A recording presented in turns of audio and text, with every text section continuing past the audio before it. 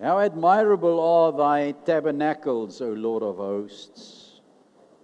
My soul longeth, yea, even fainteth for the courts of the Lord, and my heart and my flesh crieth out for the living God. Yea, the sparrow hath found an house, and the swallow a nest for herself, where she may lay her young, even thine altars, O Lord of hosts, my King and my God.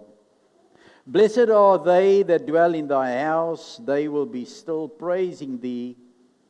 Blessed is the man whose strength is in thee, in whose heart are the ways of them who, passing through the valley of Baca, make it a well. The rain also fills the pools. They go from strength to strength. Even one of them in Zion appeareth before the Lord. And O Lord of hosts, hear my prayer. Give ear, O God of Jacob, Selah. Behold, O God, my shield, and look upon the face of thine anointed, for the day in thy courts is better than 1,000, Lord. I had rather be a doorkeeper in the house of my God than to dwell in the tents of wickedness. For the Lord God is a sun and a shield. The Lord will give grace and glory. No good thing will he withhold from them that walk uprightly. O Lord of hosts, blessed is the man that trusteth in thee. Hold not thy peace this morning, my God, O God of my praise, for the mouth of the wicked and the mouth of the deceitful are opened against me, Lord. They have spoken against me with lying tongue. They have compassed me about, and also with words of hatred, and fought against me without cause. For my love, they are my adversaries, but I give myself unto prayer. And they have rewarded me evil for good, and hatred for my love. Set thou a wicked man over him, and let Satan stand at his right hand. When he shall be judged, let him be condemned, and let the prayer become sin. Let his days be few, and let another take his office. And let his children be fatherless, and his wife a widow. And let his children be continually vagabonds, and beg, and let them seek their bread also out of their desolate places. But let the extortioner catch all that he hath, and let the stranger spoil his labor. And let there be none to extend mercy unto him, neither let there be any to favor his fatherless children. Let his posterity be cut off, and in the generation following, let their name be blotted out, and let the iniquity of their fathers be remembered with the Lord. And let not the sin of his mother be blotted out, and let them be before the Lord continually, they that he may cut off the memory of them from the earth, because that he remembereth not to show mercy, but persecuted the poor and the needy man, that he might slay the broken in the heart. As he loved cursing, so let it come unto him. And as he delighted not in blessing, so let it be far from him. As he's clothed himself with cursing, like as with his garment, so let it come into his bowels, like water and like oil into his bones. And let it be upon unto him the garment which covereth him, and for a girdle wherewith he is girded continually. Let this be the reward of mine adversaries from the Lord, and of them that speak evil against my soul. But thou for me, O the Lord God, for thy name's sake, because thy mercy is good, deliver thou me, O Lord my God, in thee I put my trust. Save me from them that persecute me, and deliver me, and lest he tear my soul like a lion, rending it in pieces, while there is none to deliver. O Lord my God, if I have done this, if there is iniquity in my hands, if I have rewarded evil unto him that is at peace with me, yea, if I have delivered him that without cause is mine enemy, let the enemy persecute my soul and take it, yea, let him tread down my life upon the earth, and lay mine honor in the dust. Arise, O Lord, in thine anger. Lift up thyself because of the rage of mine enemies, and awake for me the judgment that thou hast commanded. So shall the congregation of the people compass thee about for their sakes. Therefore return thou, O high God. Lord, you shall judge the people. Judge me, O Lord, according to my righteousness and according to mine integrity that is in me. O Lord, let the wickedness of the wicked come on to an end, but establish just. For the righteous God trieth the hearts and reins. My defense is of God, which saveth the upright in heart. The Lord is my delight and my salvation. Whom shall I fear? The Lord is the strength of my life. Of whom shall I be afraid? When the wicked, even mine enemies and my foes, came upon me to eat up my flesh, they stumbled and fell. And though an host should encamp against me, my heart shall not fear. Though war should rise against me, in this will I be confident. I hope you have prayed with me, because I've just been praying. Net namens julle gebid. So ek hoop julle het saam met my gebid. Ek het die psalms gelees. Amen. So you see, we must always just be connected and be sensitive. I don't need to say I'm praying now. Is that true? Lord Jesus, I thank you for the programs for my life, for your programs for my life in the name of Jesus Christ. Every satanic monitoring gadget, catch fire in the name of Jesus, and let the blood of Jesus neutralize any evil thing inherited from the blood of my parents in the name of Jesus. And Father God, deliver me from every problem emanated into my life through the dreams and visions that I have at night that the enemy attacks me on. Your angels of possibility and success begin to minister unto me, Lord, in the name of Jesus, and I will not be afraid of 10,000s of people that have set themselves against me in the name of Jesus. And oh God, hear my cry out for your holy heel, and every mark of rejection against my life be wiped off by the blood of Jesus Christ. I claim deliverance over the power of darkness in Jesus' name, and Holy Ghost fire fall upon me now in this moment, Lord, and let every strong room of my enemies be retrieved from my glory in Jesus' name. And oh Lord, deliver me from troubles upon troubles in the name of Jesus, as I release myself from every bondage of the enemy. Even evil dedications that speak against my elevation be broken. My glory arise from the grave of the backwardness and shine in the name of Jesus. And oh Lord, deliver my soul from the sword and my destiny from the power of the dog.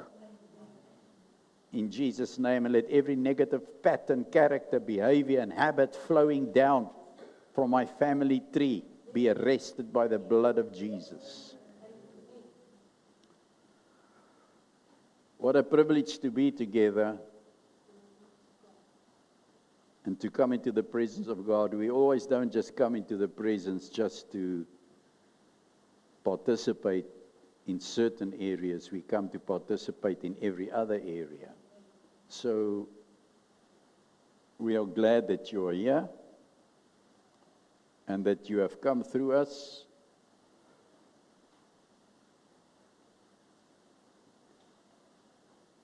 This morning we are going a little bit further. It's amazing the way that the Holy Spirit is guiding us step by step since the end of last year. Every weekend coming in, and the next step, next step, next step. Last week I spoke about digging deep. Digging deep. And then the reason why you are digging deep is to lay the foundation. The depth of your foundation determines the height of your building. The depth of your foundation determines the height of your building.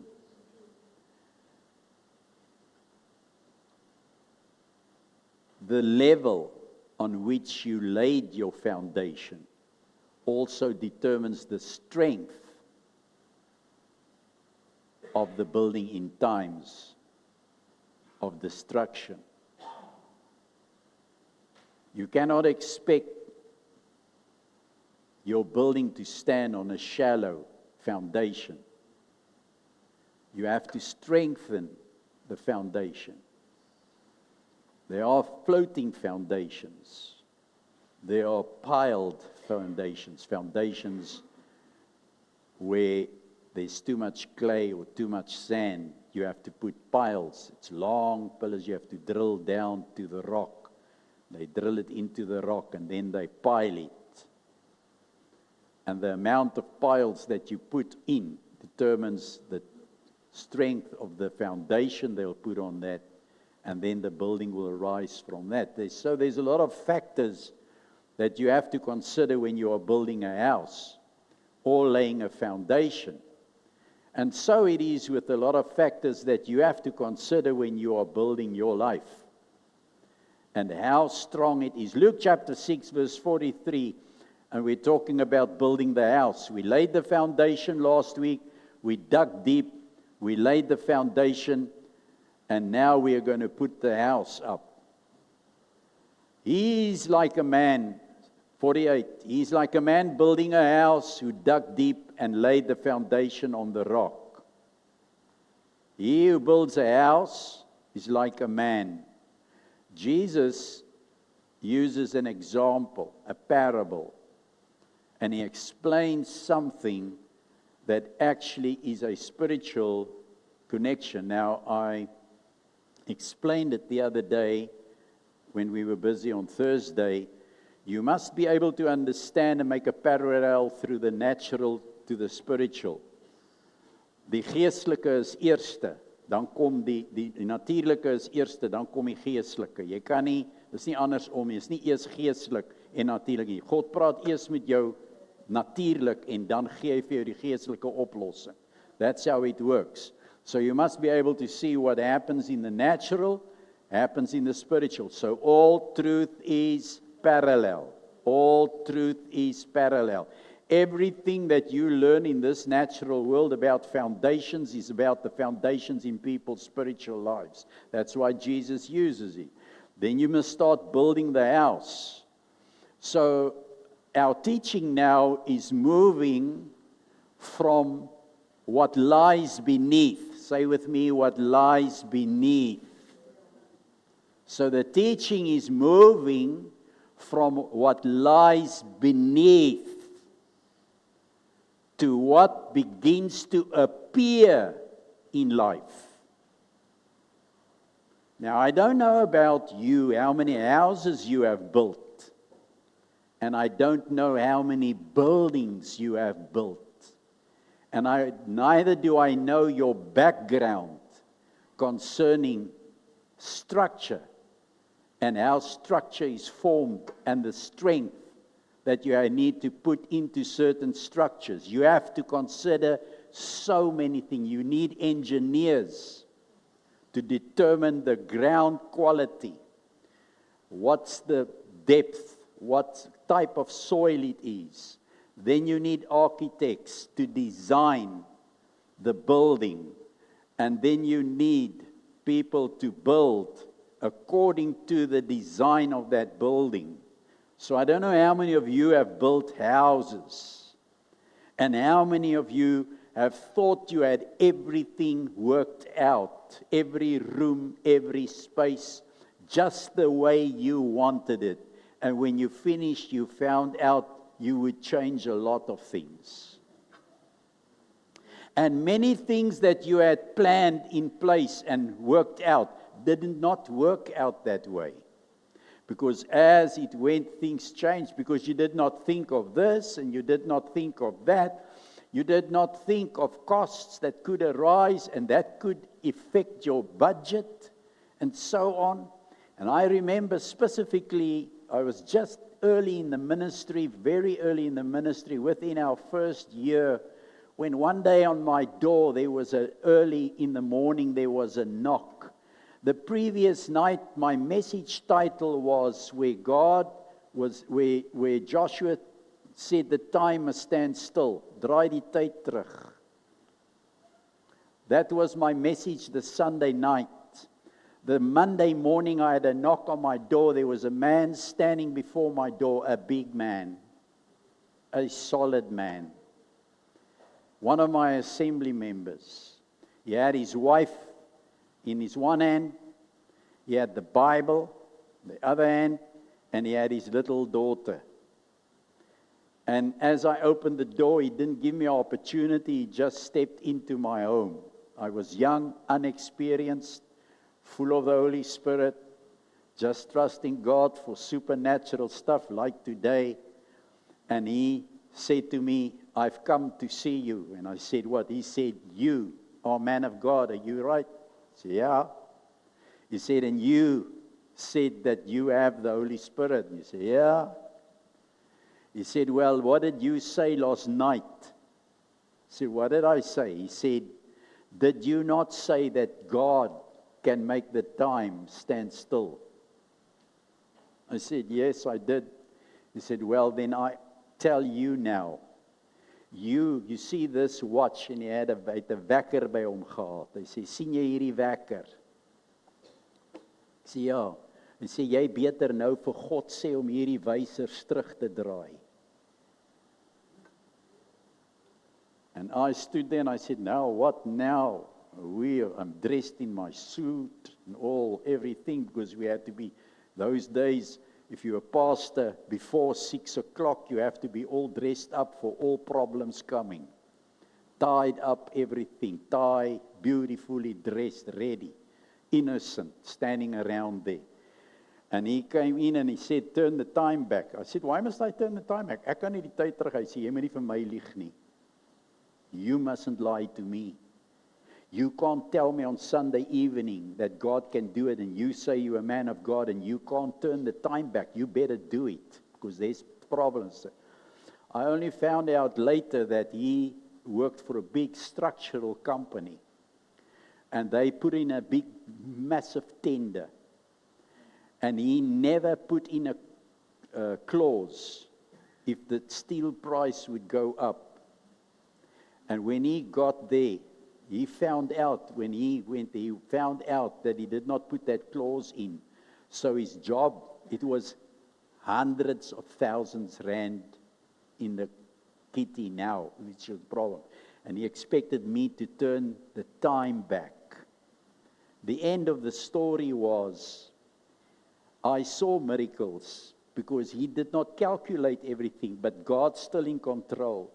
That man took my coffee table, which was glass. He picked it up with one hand. He smashed it. As the glass broke, he took the grass, and he said, took the Bible, and he said, then this Bible means nothing. And he stabbed it to that glass, and then he said, then if your God is truly able, then let him save me. And he took the glass and he pulled it across his face. And the two of us stood there with eyes. Here God, wat nou? What now, Lord? And I saw this glass across his face, and it didn't cut him, but it cut his hands. And he put the blood over the Bible. And he put it on my wife wanted to phone the police. He jumped up and he gripped her. And he said, no, she said, she just wants to get the cat. He took the cat and he said, I'll wring its neck. Then I had to get him outside. I got him outside by the door, waiting for somebody to come and help me, because he says, you're anointed, you have to perform. Well, the end of the story is, he took me by my tie. He said, vandag hang ek jou op, want jou God kan vir jou niks doen nie. And he pulled my tie and it locked. The tie locked. He couldn't get me, so he lifted me up. I was much more skinnier than now. I think I was only 76 kilos, baie maarder. And he picked me up, and the next moment he put me down, and with one hand he took my suit and he ripped my whole sleeve off. And I just stood, because if I fall, he's going to kick me. Want hy het gesê, vandag maak ek jou dood, want jy kan nie die tyd terugdraai nie.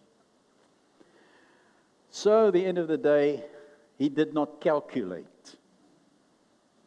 He landed up in Weskoppies. He was never the same again. He was off his mind. Why? He did not calculate. And he did not make sure that everything in the budget was planned for. How many of you sitting here today have everything concerning your life in place? How many of us, in one moment,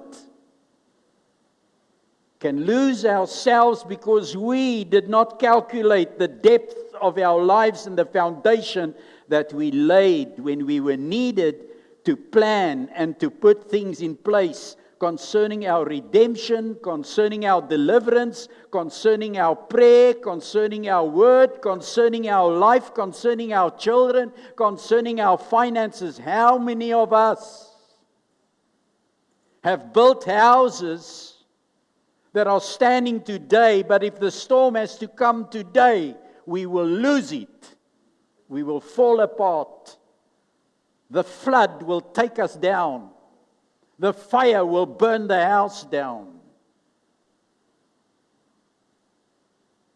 An earthquake would shatter the foundations because we did not lay our foundation right and we did not plan everything in sequence when we started building this house.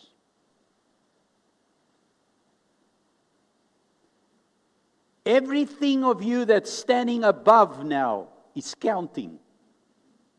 What we see is what we are getting now. Our foundation exists for a life to be built on it. You must realize that. And digging and laying a foundation is not the goal. It's not the goal. It is the preparation of the building that's the goal. It's the end product. This man did not think of everything. Although he had all the knowledge, he skipped something. One thing he skipped. And it cost him the rest of his life. Nuts. One thing can cost me my family. One thing that I did not think about can cost me my children, can cost me my life, can cost me everything. One thing that I did not consider while I was preparing to build this house upon the rock. The builder has a vision of a house long before the foundation was finished. God has a vision concerning your life long before you laid your foundation on His life. Now, slowly but surely, the structure is coming out of the ground. You know when you've built, you've laid the foundations. Now it's the brickwork. It is first of all the lower form, the foundation part, that you have to lift out of the ground. You have to decide how high you're going to take it, and you have to consider when the floods are coming. Are they going to run through the house? Is it too low? Have you cladded the foundation walling? Because if you hadn't, then fog would start coming through, and your walls would fall apart within months because of the dampness. So have you put damping in? Have you made sure that you have placed everything on that foundation so that when you get that building going up and higher to its level and your spiritual life is being built, that you would not find out that I clean forgot to put damping material in? Miskien het ek vergeet en ek het sommer klei grond ingevoer en ek het dit gestamp en die vloere se konkreet daarop gegooi en nou sien ek my vloere bars uitmekaar uit want die goed sak, want dit is klei, daar's vog in Ek het die verkeerde grond, ek het nie neuriet of iets ingesit wat harde fondasie kan maak en 'n basis kan vorm nie. Soveel goed kan verkeerd gaan. When you find out you did not get the electrician to put the right piping in, so you can't get the wires to where you want it, you forgot about this and you forgot. Some of us are so hastily in our building that we discover only years along the way that I have messed up.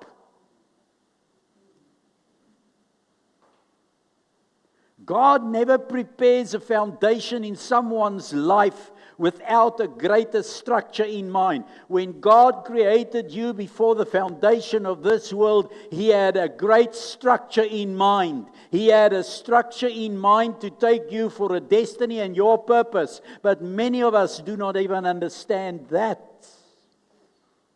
Ephesians 2:22 says, "In Him you too are built together to become a dwelling." You are built to become a dwelling for God, in which His Spirit lives. The question is, how much of my life was vacated or built or made room for the Holy Spirit? When you build a house, you do not build a house with one room. Neither do you just build it with a toilet or just a kitchen. When you design a house for your comfort.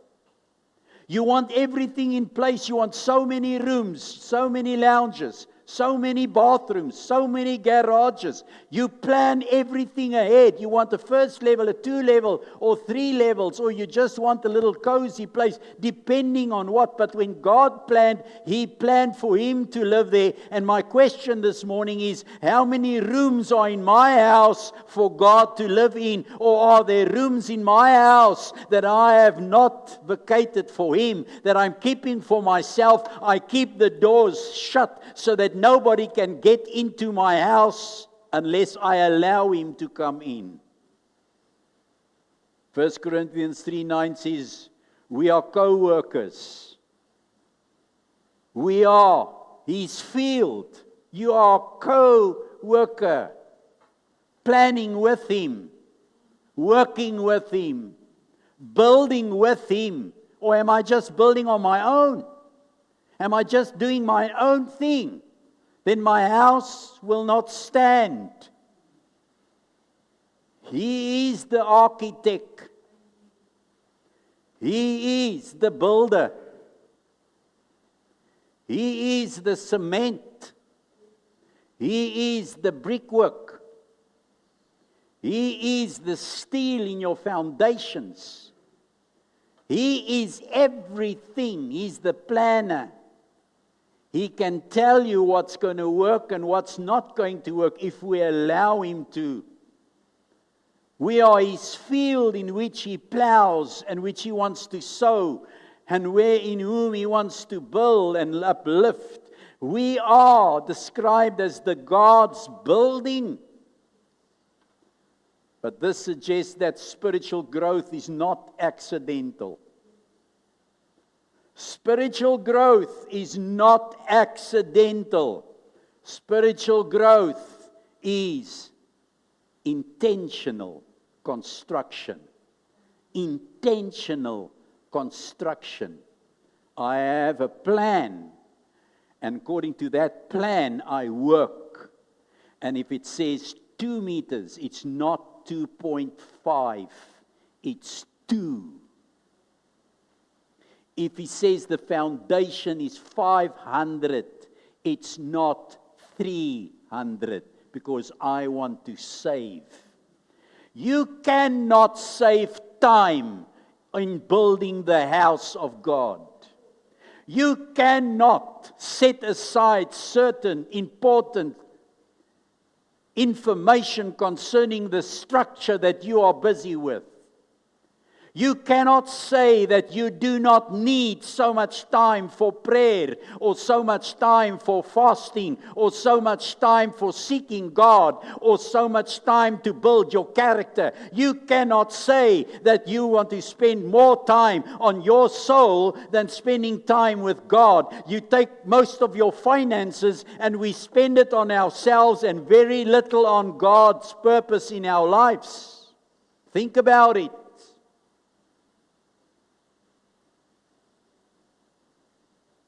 It's intentional construction.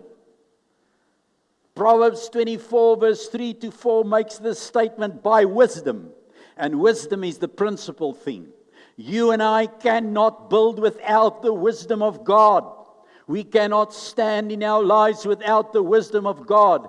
In wisdom a house is built, and through understanding it is establishment of your life comes through understanding what God is saying through wisdom, and through knowledge its rooms, all the rooms. Every room of your life should be filled with knowledge. Knowledge of the Most High. Kennis, insig. Hoeveel vul jy met jouself? Hoeveel van jou kamers is vervul met insig wat jy uit wysheid en begrip gekry het?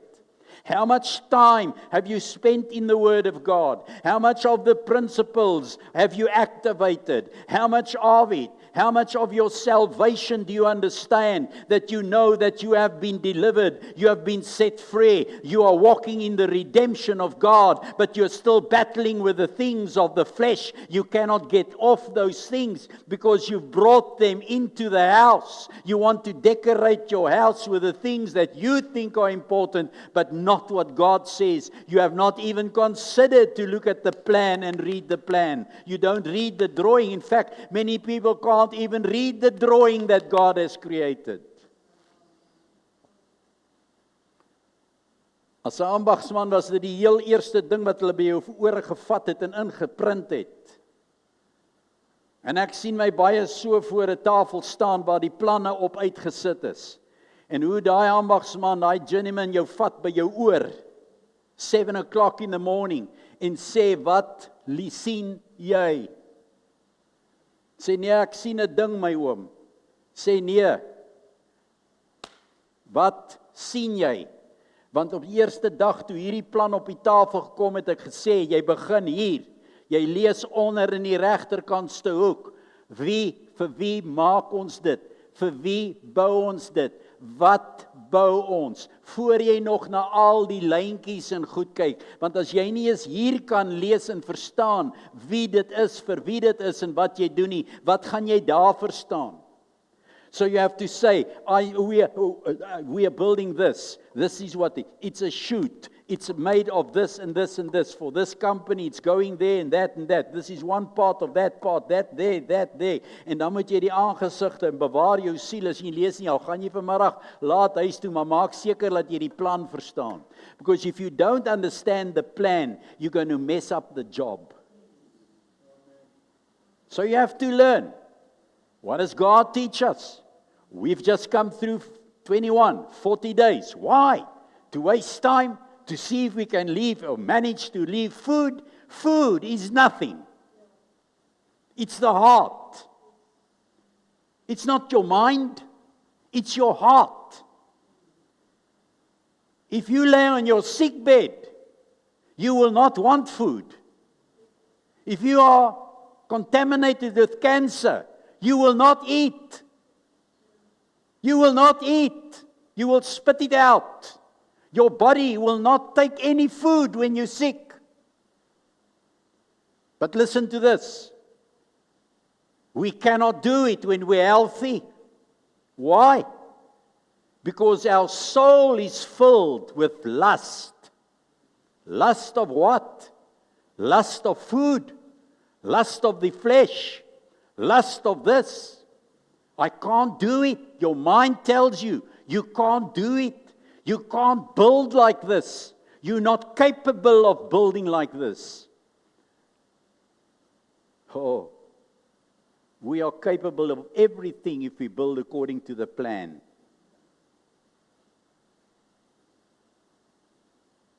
Houses are not built instantly. You don't just fast instantly. Neither do you pray instantly.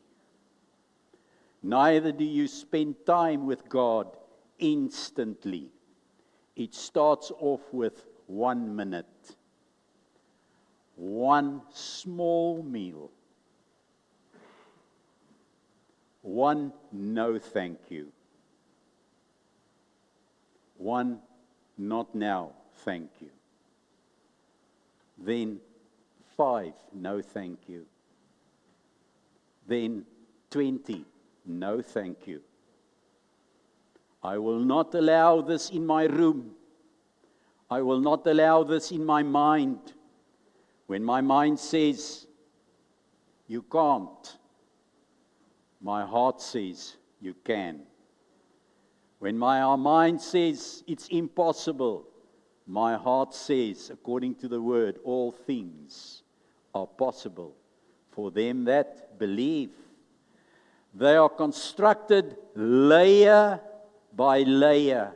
First the foundation, then the second part, then the walls, then the trusses, then the roof, then the windows are fitted, then the doors are fitted, then the electricity is brought in, the cables are put in, then the carpeting is done, the tiling is done, the bathrooms are fitted, the rooms are fitted, then it's the paint, it's the finishing off, it's the fixing of the garden, it's the driveway, it's the garage doors, it's all these things. If you've built a house, you know how much it can cost you and how much costs can rise. But in Christ, costs don't rise because He have already paid everything for you, and all you need to do is to flow with His Spirit, and He has paid the price on Calvary so that you and I can be built into a house for His glory, and that our rooms can be filled with all the glorious works of our God.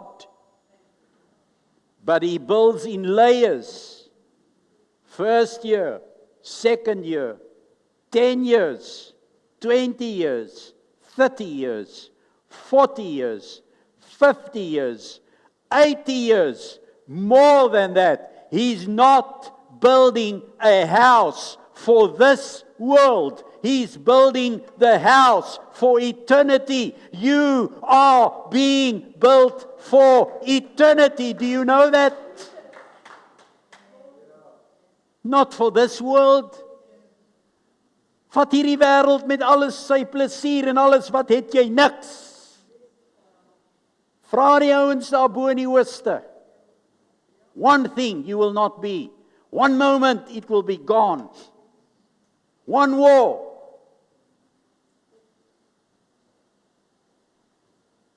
But in the Spirit, He builds layer upon layer. All your frustrations, all your battles, all your worries, all your difficult times with your children, with yourself, fighting. You say this, Lord, but I don't feel strong enough. I feel I'm weak. He wants you to be there because then you can trust Him. But when you're full of yourself, you will not trust Him.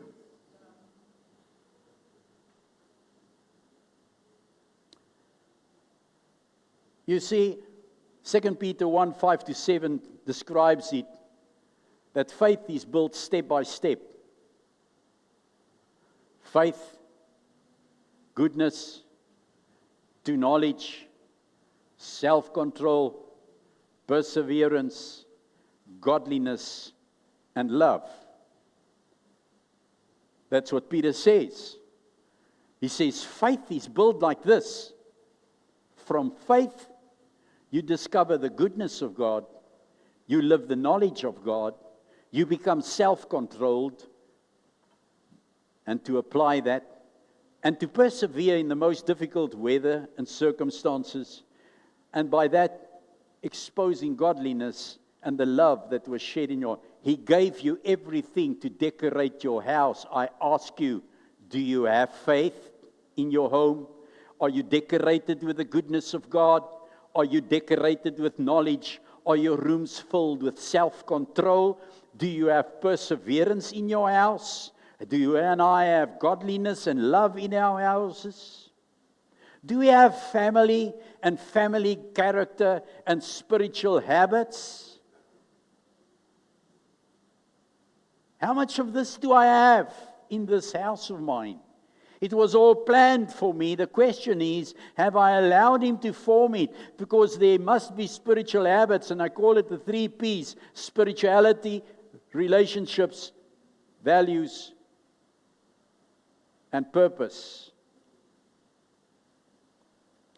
So, are you there? How much of the values of God's inner and outer workings are working in your compass? Do you have your compass ignited, always pointing true north? Is the purpose always intentionally as pillars? You see, a house is visible. It symbolizes your life. It symbolizes our family and our spiritual legacy. It includes the room's character. It includes the room relationships. It includes the room, number 3, faith practices. It also includes a room that's called decisions. And there's a room of influence, and there can be many more. How many rooms do you want? There's also a bathroom for sanctification. Then there's a kitchen for preparation. Depending what you want in your house. God, looking at you, put every facet in your life. The architecture is of a kingdom life. That's the architecture. That's the purpose. Matthew chapter 7, verse 24 to 27. But you must realize there are also common pitfalls and obstacles. That when you are building, these can come in our daily lives. And they are spiritual patterns are often hindered. Spiritual patterns in our lives are often hindered by a lack of consistency, because I do not keep on with that which works. There's no consistency in my life. This is a key to advancement and to get your house to the fullness of God's purpose and to walk in your destiny and in the rhythm of His Spirit. You need to have consistency, not just partial submission. That's a pitfall. Lack of consistency can destroy your house. U en ek weet, hoor my, as jy nie jou huis se dakgeete skoonmaak nie, sal jou huis vol water wees, hierdie reën. As jy nie die verf wat afdop, afskuur en jou houtrame behandel hier in die Kaap nie, sal hulle vrot voor jou oë en jou deur sal afval. You have to do maintenance. You have to clean up your house. If you lack maintenance, consistency, your house is going to deteriorate. Lack consistency in our spiritual lives with the things that God has laid down, and you're going to fall apart the day that you need it the most.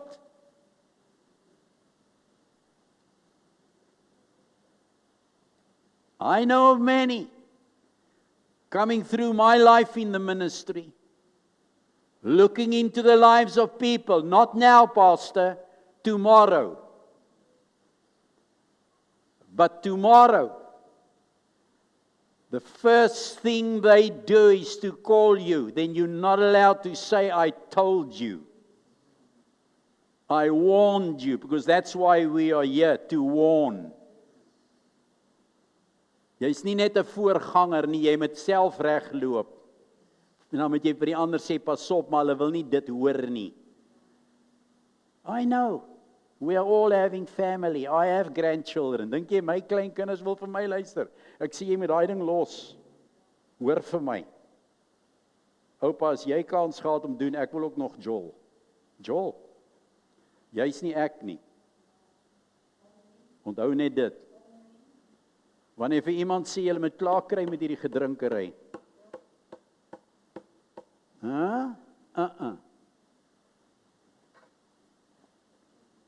Maar wanneer die dokter inkom en sê, jy's vrot van die kanker, dan stop die bottel net daar. Die twak gaan net daar uit. As die dokter sê, jong, het lyk vir my, daar's 'n kol op jou longe, hou hy net daar oprook.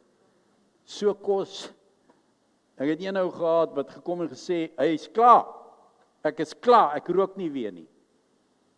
Toe kom hulle by die volgende storie, toe sê die dokter, ek het 'n fout gemaak, was die verkeerde ou so goed, joune, ek sien, jy skoon. Net daar, toe rook hy 2 keer soveel, tot vandag toe. Rook, hulle sê ek's reg, as jy 'n koorsteen op jou kop wou sit, sou hy. Maar trek jou twak. Maar onthou, jy bou die huis. Hoe jy jou kinders blootstel aan goed. Mense stel hulle kinders bloot aan baie goeters. Waar 'n pa sit en gooi.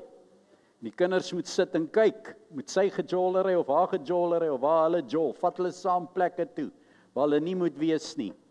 Jy moet onthou, daai kind het iets gesien. Moenie as daai kind groot word en verkeerd loop sê, jy moet dit nie doen nie, want jy het vir hom of vir haar gewys, hoe drink jy? Jy het dit in jou huis ingebring. Jy het jou huis gebou met dit. So moenie sê, hulle kan dit nie doen nie, en as ek en jy aan allerhande games en goed aangaan, moenie vir jou kleinkinders sê, hulle kan dit nie doen nie. Jy was hulle voorbeeld.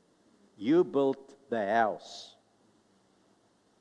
on a foundation that God never determined. So, lack of awareness of the rhythm of the Spirit, if you cannot discern the rhythm of the Spirit in you,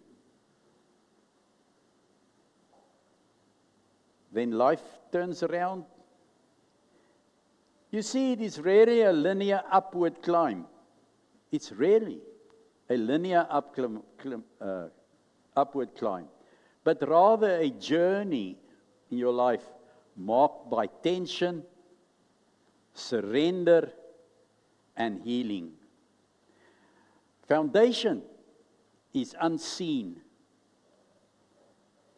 The foundation of your life might and may be Christ. No props. But the structure of your life is shaped by you and my daily choices. He does not build the structure. He is the foundation. So people can say to me what they say, like we all say, I am a child of God. I am born again. I have the love of Christ in my life, but what I see on how we make choices and how we act, that shapes our daily life and builds and helps the process in our lives. Now, when we build houses, how many of you know you can see a flaw in the building structure? Enige ou wat huise gebou het, wat kennis het van bou, sal vir jou sê, as jy die huis gebou het en jy die mure opgetel, en jy los daai mure en môre of oormôre kom jy verder bou,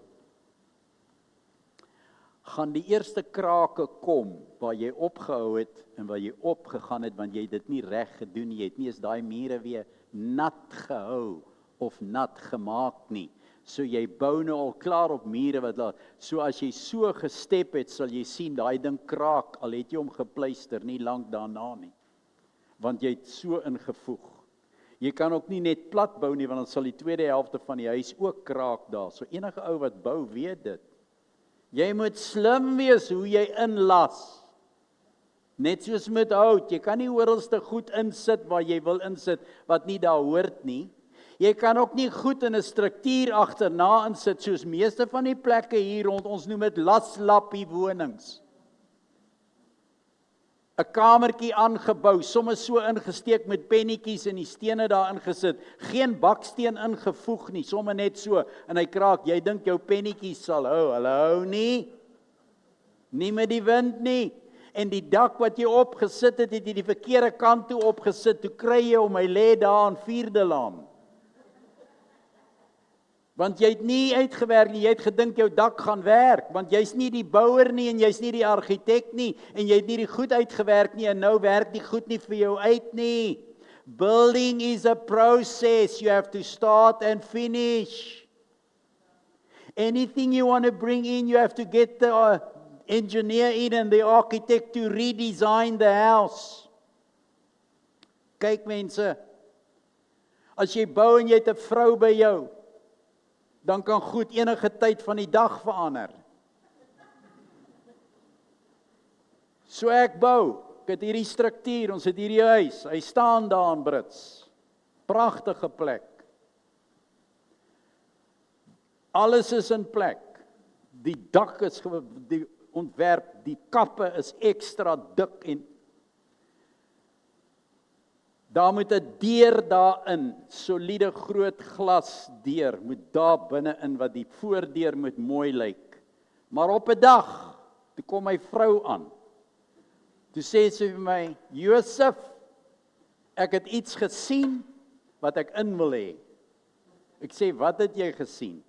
Sy sê 'n pragtige ou deur, dubbeldeur, hy het karakter my man. Ek sê, hoe lyk hy deur? Sy sê, ek weet nie, maar hy is groot. Jy moet gaan kyk, meet hom.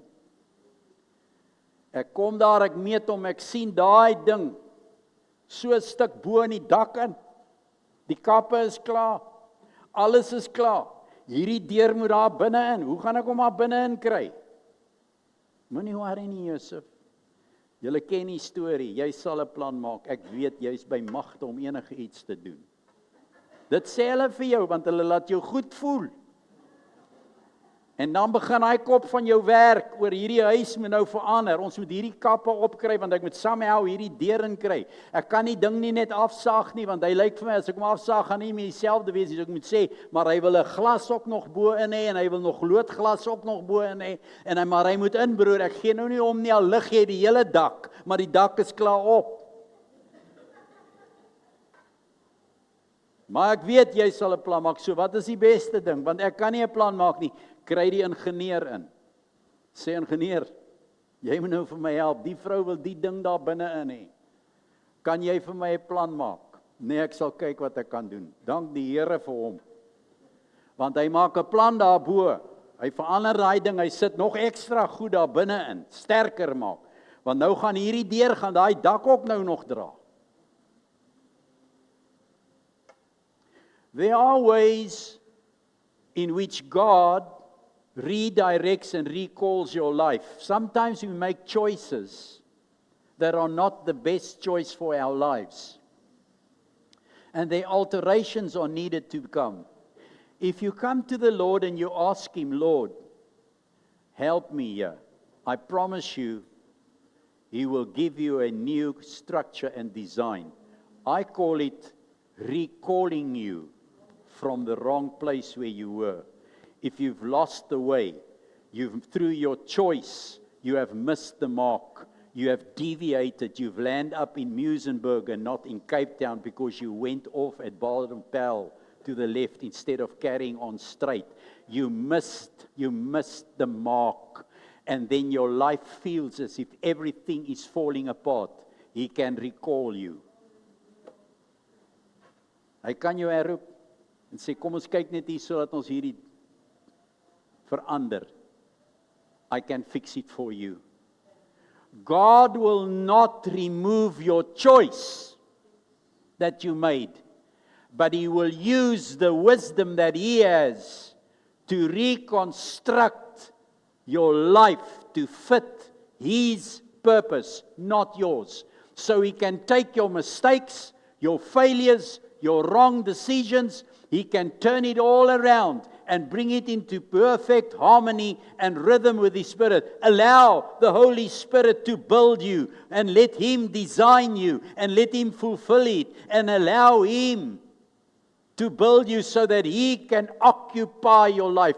That's the purpose of your life. Make sure that He occupies your life, nothing and nobody else, because He built your life to be occupied.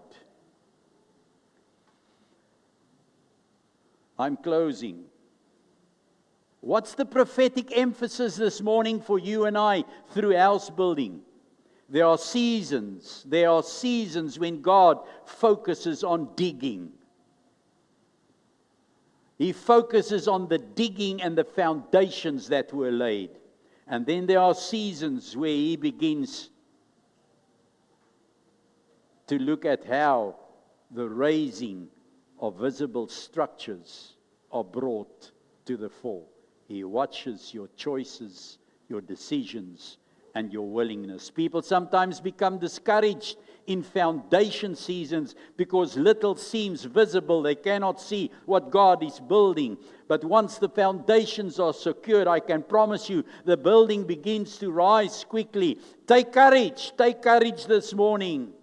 God is not only stabilizing you in your life, He is constructing something meaningful to your life. And if you feel as if everything has fallen apart and you've moved on in your life and you've still not achieved anything, let me tell you this: God can recall you, readjust you, program you, put everything in place, because He is the architect. He knows what to change to get the house fitted with what needs to be fitted.